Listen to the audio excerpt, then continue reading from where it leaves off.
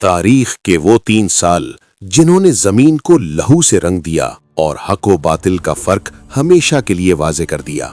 یہ داستان ہے اس وقت کی جب یورپ کا جابر بادشاہ رچرڈ شیر دل اپنے آہنی بیڑوں کے ساتھ ہلال کو مٹانے نکلا۔ سفر کا آغاز ہوا صلیبیوں کے اس طوفان سے جس نے اکا کے ساحل پر وہ خونی مارکا بپا کیا کہ پرندہ بھی پر مارنے سے کترانے لگا۔ بقول شاعر مشرق، باطل سے ڈبنے والے اے آسمان نہیں ہم 100 بار کر چکا ہے تو امتحان ہمارا۔ اکا کی دیواروں سے القدس کے تپتے ریگزاروں تک ایک طرف رچرڈ کا تکبر تھا تو دوسری طرف سلطان ایوبی کا وہ صبر عظیم جس نے باطل کے ہر وار کو ناکام بنا دیا۔ وہ فیصلہ کن گھڑی جب دشمن کا غرور القدس کی فصیلوں سے ٹکرا کر پاش پاش ہوا اور دنیا نے دیکھا کہ حق کا چراغ آندھیوں سے نہیں بجھتا۔ فارسی کا وہ لاجواب مقولہ آج بھی گواہ ہے، ہر کے با حق در افتد سر نگوں شود، یعنی جو حق سے ٹکراتا ہے وہ سر کے بل گرتا ہے۔ آئیے دیکھیے کس طرح ایک درویش فاتح نے دنیا کی سب سے بڑی فوجی قوت کے سامنے حق کا پرچم سر بلند رکھا۔ یہ ہے معرکہ حق و باطل، یہ ہے داستان صلاح الدین ایوبی۔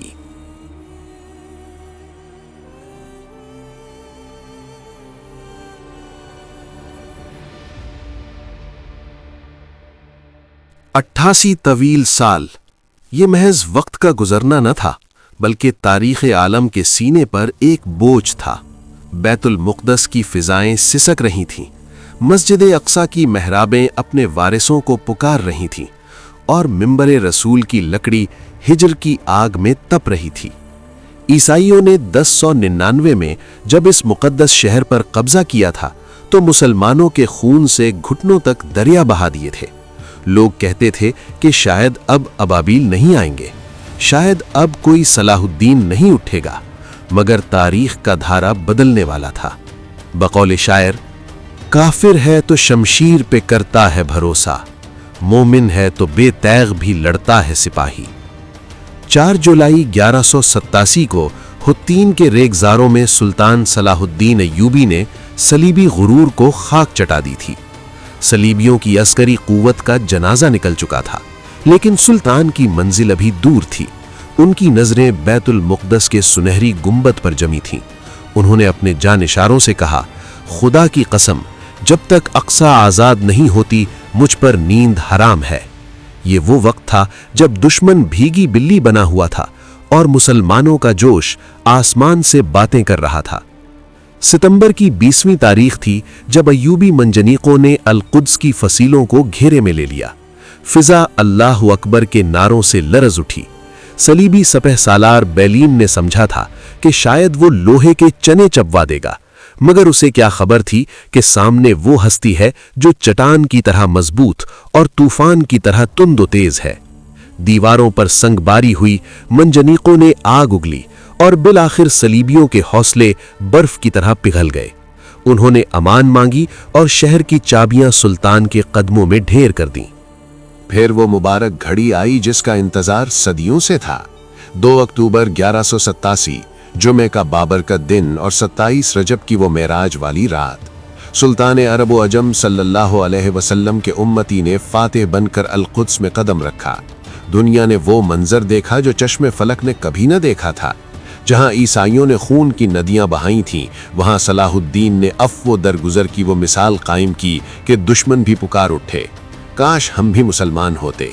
سلطان نے کسی سے بدلہ نہ لیا بلکہ معمولی فدیہ لے کر سب کو چھوڑ دیا، اور جن کے پاس فدیہ نہ تھا ان کی طرف سے رقم سلطان نے خود اپنی جیب خاص سے ادا کی۔ یہ ہے خلق محمدی صلی اللہ علیہ وسلم کی وہ جھلک جس نے دشمنوں کے دل جیت لیے۔ 88 سال بعد اقصی کے میناروں سے جب دوبارہ آذان محمدی بلند ہوئی تو گویا مردہ جسم میں روح پڑ گئی۔ مگر ابھی آزمائش ختم نہ ہوئی تھی۔